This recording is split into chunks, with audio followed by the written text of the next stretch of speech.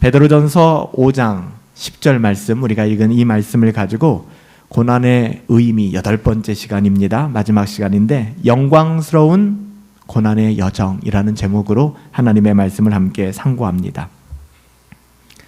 우리는 지난 8주 동안 고난에 대한 성경의 가르침을 상고하고 또 묵상할 수 있었어요.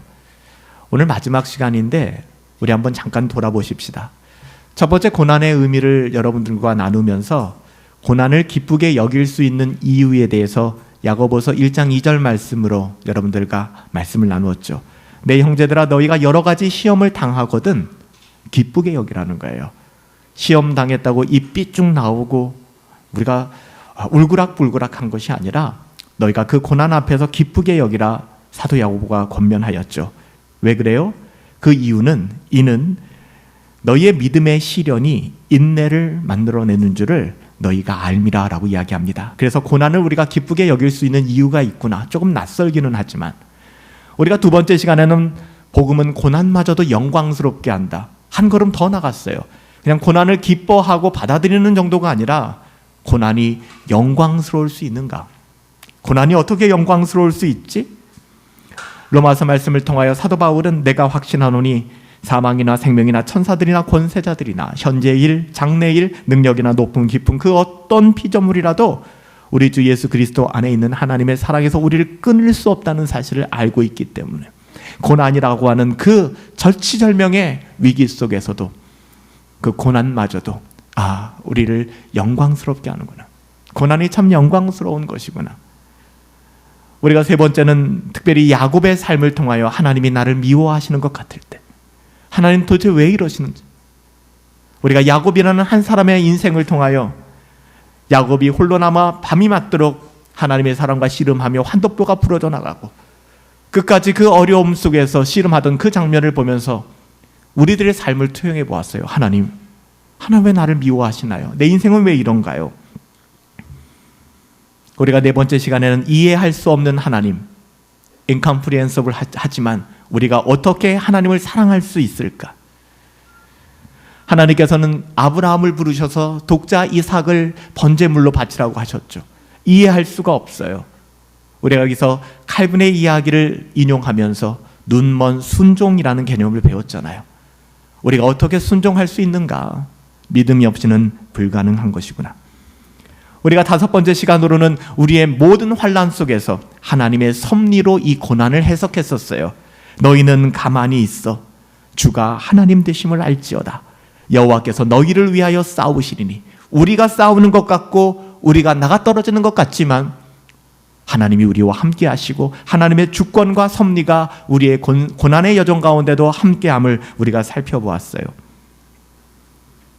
우리가 여섯 번째 시간에는 우리의 성숙을 위하여, 하나님의 자녀다움을 위하여 우리의 성공을 유보시키는 하나님을 만났죠.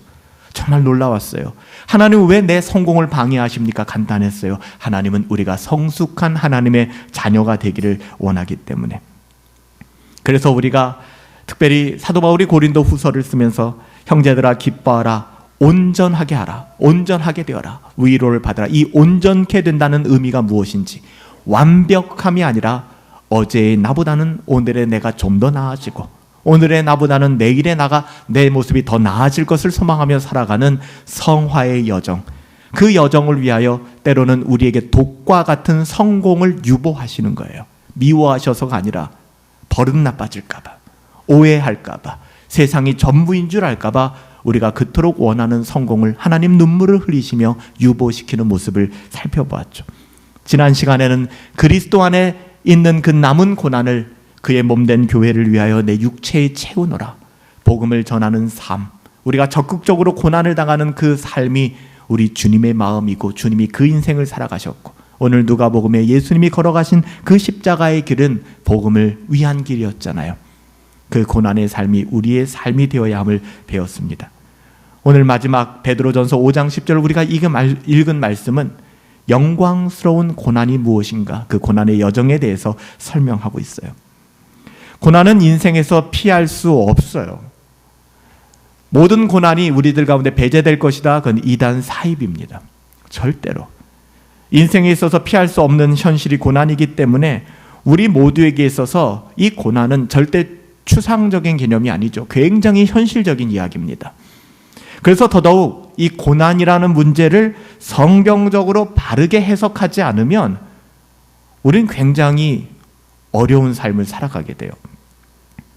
고난에 대해서 오해하게 되면 믿음의 삶은 불가능해집니다. 신자의 삶이란 불가능해집니다. 왜요? 간단합니다. 하나님의 선하심을 신뢰할 수 없기 때문에. 고난이 찾아오면 성경적으로 이 고난을 바르게 해석하지 못하니까 하나님이 미워지는 거예요. 뭐 이런 하나님이 다 있어. 제가 알고 있는 후배 목사님 한 분이 목회를 하다가 목회를 내려놓고 제주도에 가서 힘들게 또 살다가 가정의 위기를 만나고 이혼을 하게 되고 정말 힘들고 어려운 삶 속에 지난 주간에 그런 고백을 하더라고요. 하나님 나한테 왜 이러십니까? 그런데 얼핏 들으면 하나님께 불평하고 원망하는 것 같지만 본인의 고백은 그런 거였어요. 하나님께 있는 모습 그대로 자기 자신을 인정하여 드러내고 싶다는 거예요. 근데 내 마음속에 드는 건 하나님 왜 이러십니까? 그러니까 그 목사님의 어머니가 얼마나 마음이 아팠겠어요. 목회도 내려놓고 심지어는 가정이 상처받고 이혼하고, 근데 이 아들의 입에서 나오는 게 하나님을 향한 원망처럼 나오니까 설명해 줬다고 하더라고요. 어머니, 내가 하나님을 원망하는 것이 아니라 하나님의 선하심을 믿고 의지하지만 내 삶이 참 쉽지는 않네요 라는 거였어요. 여러분, 고난이라는 문제는 어느 누구도 대신할 수 없고 또 풀어갈 수 없는, 목사라고 해서 면죄부가 주어지는 것도 아닙니다. 너무나 힘들고 어렵고 고통스러운, 여러분, 우리가 이 고난의 문제를 성경적으로 바르게 해석하지 않으면 하나님의 선하심을 잃어버리게 돼요. 그럼 신앙생활은 완전히 깨어지게 됩니다. 하나님을 향하여 분노하고 심지어는 하나님을 향하여 조건적으로 딜하고 뭔가를 자꾸만 그런 관계로 만들어 가려고 하는 것이죠. 여러분, 고난에 대한 오해가 왜 위험하다고 생각하세요? 고난을 만났을 때 이 고난을 바르게 해석하지 않으면 왜 위험하다고 생각하세요? 여기에는 고난을 오해하면 영적인 성장이 멈춥니다. 우리 아이들이 가끔 관절을 다치거나 뭐 이러면 엄마들이, 아빠들이 뭘 걱정해요? 이제 성장판이 다치진 않을까? 이 아이가 크는데 좀 지장이 있지 않을까? 굉장히 민감하잖아요. 여러분, 고난에 대한 오해가 생기면 영적인 성장이 멈추게 됩니다. 자라지를 않아요. 하나님께서 자기의 자녀들을 양육하시는 가장 큰 특징 중에 하나는 징계를 포함한 시련과 연단이거든요. 하지만 그 시련과 연단이 하나님의 사랑에서 우리를 끊을 수 있는 게 아니라는 거예요. 우리가 누누이 살펴봤던 내용들이 그 내용이잖아요. 하나님께서는 친히 아브라함을 시험하시고 심지어는 아브라함을 대적하시고 야곱을 대적하시는 것 같았지만, 그런 상황 속으로 몰아넣으셨지만, 하나님 도대체 나한테 왜 이러세요? 하는 그런 상황으로 몰아넣으셨지만, 여러분, 하나님이 왜 그렇게 하셨을까요?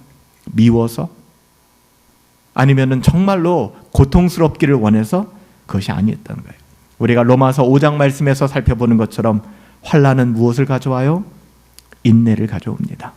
인내는 연단을 가져오고요, 연단은 결국에는 소망을 이루게 될 거예요.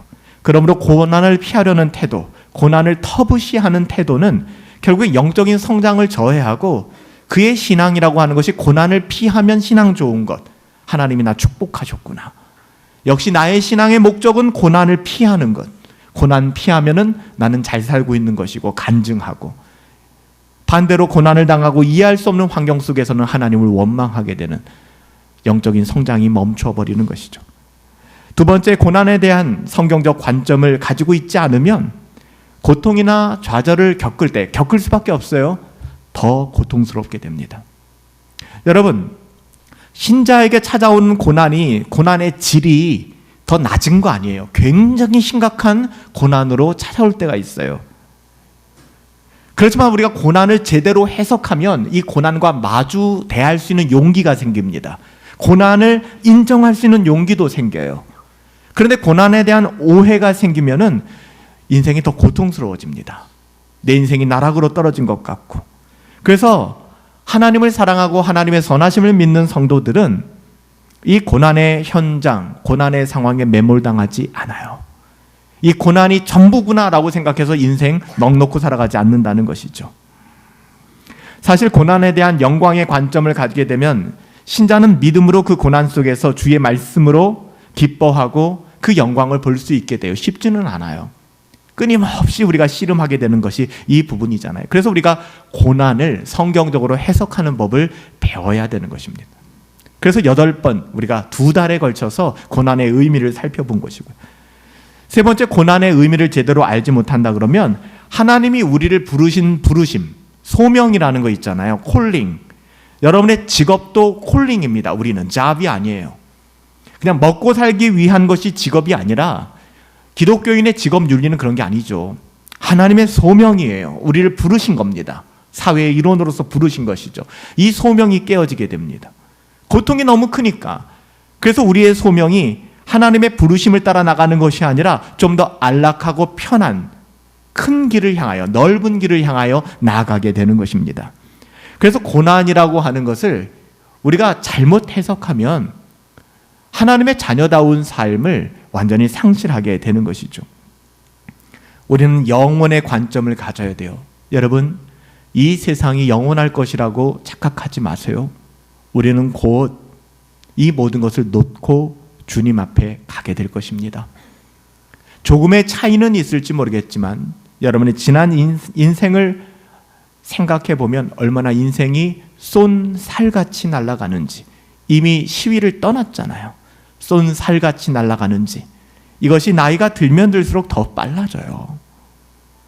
결국에는 원치 않던 죽음 앞에 서게 되고 노년에 우리는 하나님 앞에 서게 되는 것이죠. 영원한 이 하나님의 관점, 즉 하나님이 계획하신 최상의 부르심이 이 땅 가운데 있는데 우리는 고난이라는 이 작은 방지턱 때문에 인생을 허송세월하고 원망과 불평으로 살아간다 그러면 하나님이 우리를 부르신 부르심을 완전히 잊어버리고 살아가는 것이죠.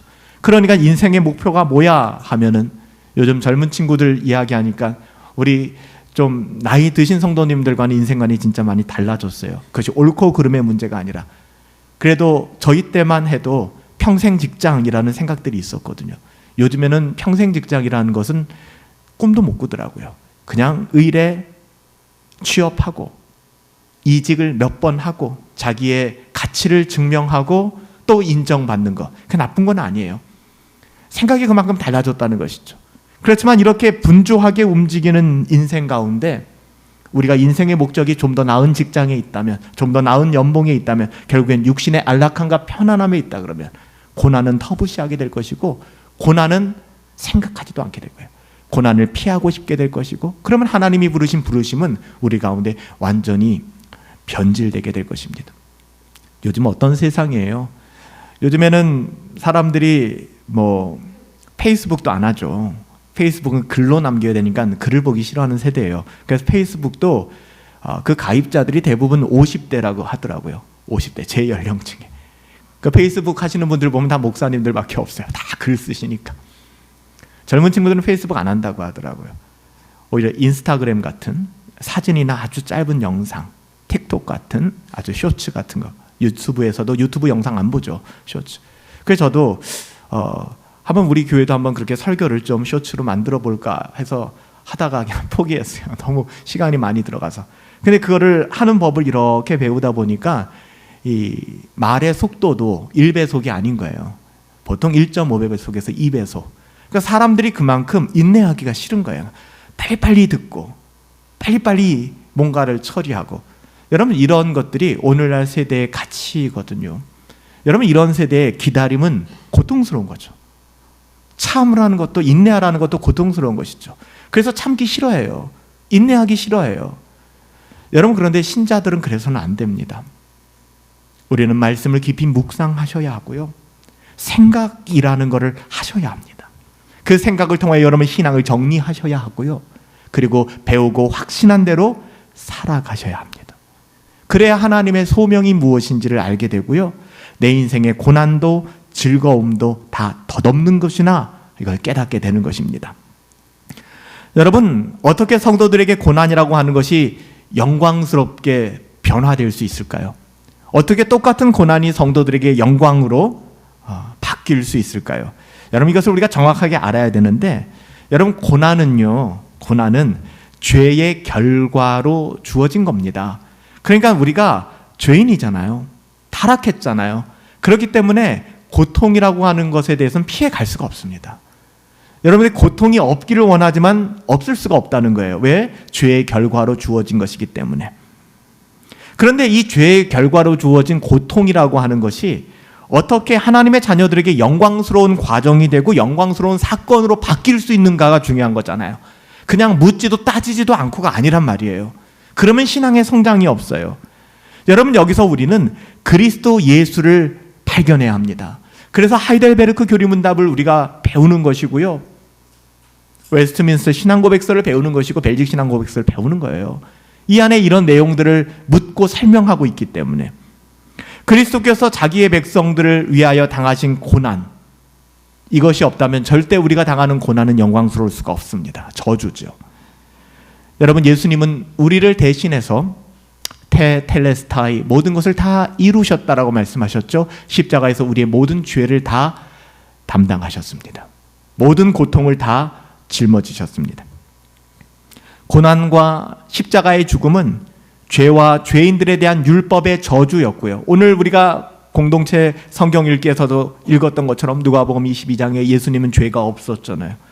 우리가 지난 시간 교리문답을 하면서 제38문에서 왜 본디오 빌라도에게 고난을 받으사, 사도신경에서도 우리가 왜 그렇게 고백하는가에 대한 이유를 살펴봤는데 이제는 좀 이해가 되시죠? 계속 누가복음 22장에 나오는 내용들이 뭐예요? 그는 무죄하다. 그는 죄가 없다. 죄를 찾을 수가 없다.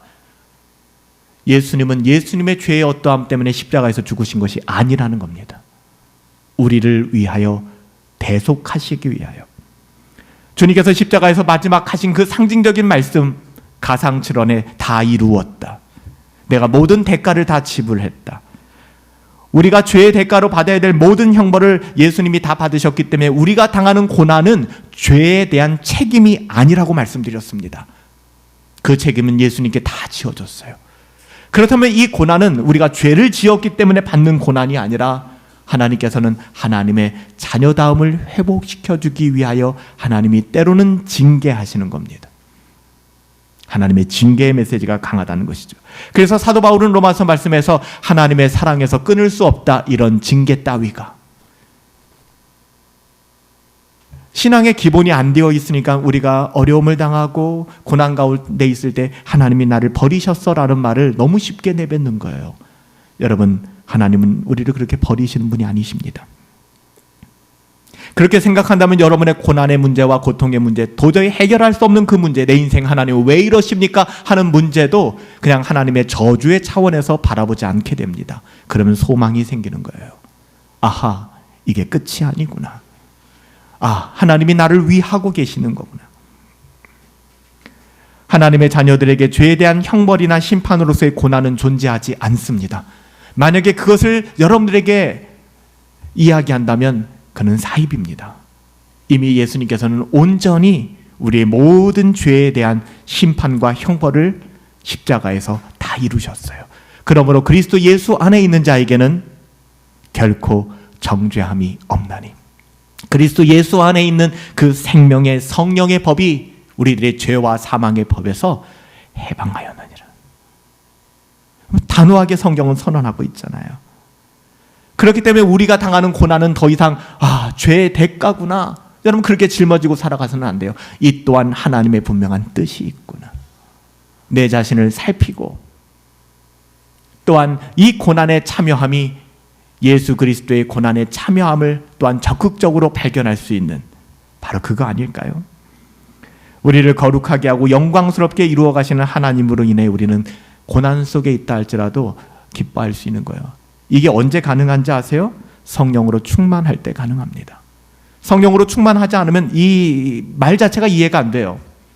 내 머릿속에는 이미 학습되어져서 고난은 터부시하고 있기 때문에 말도 안 되는 소리 안 해요. 난 그래도 고난은 싫어. 말도 안 되는 소리 안 해. 난 그래도 내가 하기 싫은 건 싫어. 자존심과 명예가 무너지는 실패, 때로는 경제적인 어려움, 관계의 실패, 나 홀로 남겨진 것 같고 인생 헛산 것 같구나. 치명적인 질병을 만나게 되기도 하고. 제가 이사한 다음에 이제 산책하는 코스가 바뀌었어요.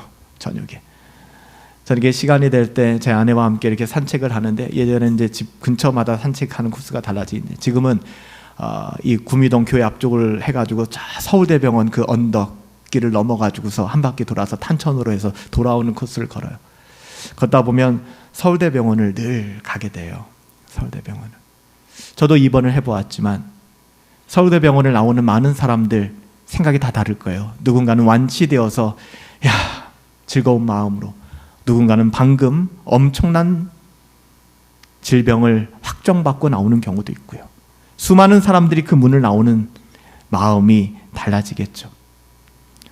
여러분, 인생에 정말 이해할 수 없는 문제들, 이런 질병의 선고까지도, 더 나아가선 이런 소극적인 의미에서 고난이 아니라 내가 뭐 잘못한 것도 없는데 그리스도 예수를 위하여 적극적으로 복음 전하고 증인된 삶을 살다가 당하는 고난, 정말 다양한 모습으로 이 고난이 찾아오지만 성도들에게 이 모든 고난이 영광스러운 목적을 가지고 있구나. 제가 30대 초반에 알 수 없는 좀 그 육신의 어려움을 겪은 적이 있었어요. 한참 전도사 사역을 하고 있을 때인데 갑자기 뇌압이 높아지면서 막 구토가 나고 어지럽고 도저히 살 수가 없는 거예요. 너무 고통스럽더라고요. 대학병원 응급실에 가서 입원을 시켜달라고 했어요. 그러니까 이렇게 별로 증상이 나타나지가 않으니까 입원을 안 시켜주는 거예요. 그래서 응급실에 가가지고서 나 입원을 해야 되겠다고. 입원 절차가 너무 복잡하니까 응급실을 통하면 바로 갈 수 있거든요. 나 좀 봐다달라고. 그래서 들어가서 검사를 참 한 주 동안 너무 힘든 검사를 많이 했어요. 척추액도 뽑아봤고 정말 고통스럽더라고요. 이 척추에 정말 불편한 자세로 누워있는데 거기에다 긴 바늘을 찔러서 척추액을 뽑아내더라고요. 정말 힘들게. 제가 평촌에 그때 살았는데 평촌 한림대병원, 지금도 기억나요. 이 9층에 제 병동이 있었는데 그 병동에서 아침마다 밖을 내다보면 중앙공원이 보여요. 그 중앙공원에 사람들이 나와서 에어로빅도 하고 아침을 그렇게 시작해요. 저는 환자복을 입고 병원에 있는데, 근데 그들을 바라보면서 부럽다. 나도 저렇게 좀 건강하게 살아가고 싶은데. 돌이켜보면은 하나님께서 그 이후에 검사 결과가 아무 증상 없음이에요. 멀쩡하다는 거죠. 당시의 의학으로는 발견할 수 없었겠죠. 뭔지는 잘 모르겠지만 그 이후에는 그런 증상들이 또 나타나질 않았는데 갖가지 우리가 이해할 수 없는 그런 상황들을 우리가 만나거든요. 이를 통해서 우리는 돌아보면 아하, 하나님께서 인생을 참 겸손케 하시는구나, 낮아지게 하시는구나. 돌아보면 저도 30대 정말 못 모르고 사역했던 것 같아요. 교만이 때로는 하늘을 찌르기도 하고 모든 것이 다 가능하다고 여기고 불같이 살았던 것 같아요. 그런데 하나님이 딱 입원시키니까 아무것도 못하더라고요. 그때 제 아내가 그런 얘기 했던 게 기억나요. 제 아내 기억 못할 수도 있는데, 그냥 건강관리 잘해, 그래야 당신이 하고 싶은 사역들을 이렇게 계속 할 수 있는 거야 라는 이야기예요. 그러니까 제가 어떻게 안 되니까. 근데 하나님께서 이 모든 고난과 때로는 어려움을 통해서 하나님이 나를 낮추시는 거예요. 얼마 전에는 염증 지수가 너무 많이 높아져서 여러분들과도 나눴지만 너무너무 인생이 힘들어지고 어려워지는 거예요. 목사도 똑같아요. 그때 어떤 성도님이 제게 전화를 했어요. 저는 이제 틀림없이 암이다 이거. 그러니까 암을 측정하는 지수가 몇백 배가 높아져 버렸으니까 이거 암이구나. 전화를 해서 목사님 편찮으시다고 들었어요. 네, 성도님. 목사님 힘내세요. 하나님이 지켜주실 거예요. 네, 성도님. 전화를 끊었지만 전혀 위로가 되지 않아. 내가 암일 수도 있다는데. 여러분, 인간은 그렇게 연약한 거예요. 이런 과정들이 없었다면, 아마 목사에게 이런 과정이 없다면 목사는 괴물이 될 겁니다. 난 뭐든지 할 수 있고 나는 올바르고 이해할 수 없는 영역에서는 정죄했을 거예요. 하나님께서 나의 작은 육신의 연약함도, 때로는 우리의 가정에 일어나는 일들도, 우리 교회에 일어나는 일들도 실수가 없으시구나. 그리고 이것을 통하여 하나님의 영광을 이루어 가시는구나 라는 것을 깨닫게 하시는 거예요. 여러분들은 어떠세요? 고난을 낭비하지 마세요. 불평과 원망으로 고난을 회피하고자 신앙을 이용하지 마세요. 고난을 받아들이세요. 여러분, 고난은 영광과 분리될 수가 없습니다. 이건 제 얘기가 아니에요. 여러분들에게 좀 성경 구절 몇 구절을 함께 좀 읽으면서 확인해 보기를 원하는데요. 성경은 고난이 영광을 가져온다라고 증거합니다. 그러니까 실제로 성경을 찾아보면은 고난과 영광이 같이 나와요. 우리 누가복음 24장 26절, 우리 앞에 같이 한번 읽어볼까요? 누가복음 24장 26절. 그리스도가 이런 고난을 받고 자기의 영광에 들어가야 할 것이 아니냐. 뭐라고 얘기합니까? 고난이 영광이라고 이야기하잖아요. 이뿐입니까? 고난과 영광이라는 두 단어에 집중해서 로마서 8장 17절부터 18절 함께 읽습니다. 자녀이면 또한 상속자, 곧 하나님의 상속자요 그리스도와 함께한 상속자니 우리가 그와 함께 영광을 받기 위하여 고난도 함께 받아야 할 것이니라. 현재의 고난은 장차 우리에게 나타낼 영광과 비교할 수 없도다. 여러분, 이것을 발견한 사람은 더 이상 자기의 고난에 매몰되어 살지 않는단 말이에요. 더 볼까요? 베드로전서 1장 11절 말씀. 자기 속에 계신 그리스도의 영이 그 받으실 고난과 후에 받으실 영광을 미리 증언하여 누구를 또는 어느 때를 지시하든지 상고하니라. 생각해 보라는 것이죠. 여러분들, 고난과 그 고난 받으신 후에 영광을 미리 증언하셨다는 겁니다. 더 볼까요? 베드로전서 4장 13절 말씀. 오히려 너희가 그리스도의 고난에 참여하는 것으로 즐거워하라. 이는 그의 영광을 나타나실 때에 너희로 즐거워하고 기뻐하게 하려 함이라. 하나 더, 베드로전서 4장 16절. 만일 그리스도인으로 고난을 받으면 부끄러워하지 말고 도리어 그 이름으로 하나님께 영광을 돌리라. 고난과 영광이 어때요? 지금 듀엣으로 나오잖아요. 같이 나와요. 그러면은 고난을 터부시하고 예수 믿으면 모든 고난이 떠나갑니다. 예수 믿으면 모든 고난 물러갈지어다 라고 하는 게 듣기는 좋지만, 고난이 떠나가기를 간절히 원하지만 여기에 어떤 함정이 있는 거예요? 고난을 떠나기 위한, 고난을 멀리하기 위한 수단으로서의 기독교가 아니라는 것이죠. 우리가 고난이 멀리 떨어지기를, 고난이 떨어지기를 기도할 수 있습니다. 또 기도해야 합니다. 하지만 중요한 것은 우리의 신앙은 그 고난이 떠나가지 않는다 할지라도 고난을 인내해내고 그 고난 안에 있는 하나님의 영광을 볼 수 있어야 된다는 거예요.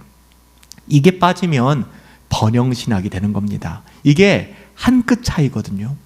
번영신학과 복음이 한 끗 차이예요. 그러니까 여러분들 부자 되세요. 건강하세요. 여러분을 묶고 있는 모든 어둠의 영 다 물러갈지어다. 축복해요. 하지만 때로는 우리가 사망의 그늘에 앉아 있을 때가 있어요. 하나님의 저주를 받아서가 아니란 말입니다. 하나님의 뜻이 있기 때문에. 왜 우리 가정은 이래? 왜 나는 이래? 여러분, 불평하지 마세요. 하나님의 뜻이 있단 말입니다. 그게 오늘 본문이잖아요. 오늘 본문 베드로전서 5장 10절 말씀 보면 모든 은혜의 하나님 곧 그리스도 안에서 우리를 부르셨어요. 콜링, 소명입니다. 근데 그 부르심, 소명이 뭐예요? 아까 제가 고난을 오해하면 소명을 잃어버린다고 했죠. 이거예요. 그리스도 안에서 너희를 부르사 자기의 영원한 영광에 들어가신 이가 잠깐 이 세상 80년, 90년, 100년 사세요. 100년. 그 이상은 어렵잖아요. 잠깐 고난을 당한 너희를 친히 온전하게 하신대요. 그 고난을 통하여 겸손케 하신 거죠. 야곱의 환도뼈를 부러뜨리고 그 독자 이삭의 눈먼 아브라함에게 믿음의 눈을 뜨게 하시고 아브라함이 번제물 그 아들을 데려가는 그 고통스러운 순간을 통하여 하나님께서는 우리를 온전하게 하시며 굳건하게 하시며 강건하게 하시며 털을 견고하게 하시리라. 바로 이거예요. 그리스도인은 고난을 추구하는 사람은 아닙니다. 그런 사람은 아니죠. 우리가 고난받기를 원합니다. 하나님, 내게 고난을 주세요. 내게 질병을 주세요. 우리 가정에 시험을 주세요. 이거 굉장히 이상한 신앙이죠. 그런 신앙 우린 지지하지 않아요. 당연히 우리 가정에 좋은 일이 있기를 원합니다. 어두움은 물러가고 질병은 치료되어지고 어그러진 것은 온전케 되어지고, 그런데 때로는 그것이 우리가 원하는 때에 안 될 때도 있다는 거예요. 때로는 우리가 죽은 이후에 이루어질 수도 있고요. 그래서 우리는 너희는 가만히 있어 주가 하나님 되심을 알지어다. 이 고백이 나와야 되는 거예요. 성도들이 고난을 통하여 얻게 되는 유익은 하나같이 영광스러운 것들입니다. 그리스도인들에게 고난은 예수님의 마음을 알게 하니까, 더욱더 예수님을 가까이 할 수 있게 되니까. 그래서 사도 바울은 성도들에게 찾아오는 고난이 유익하다라고 분명하게 이야기하는 것입니다. 고린도후서 4장 17절이죠. 우리가 잠깐 받는 환난은 경한 것이다, 가벼운 것이다. 지극히 크고 영원한 영광이 무겁고 중한 것을 우리에게 이루어지게 하기 위함이다. 그러니까 결국엔 이 세상에 받는 우리는 힘들어 죽겠다라고 얘기하지만 그건 가벼운 거라는 거예요.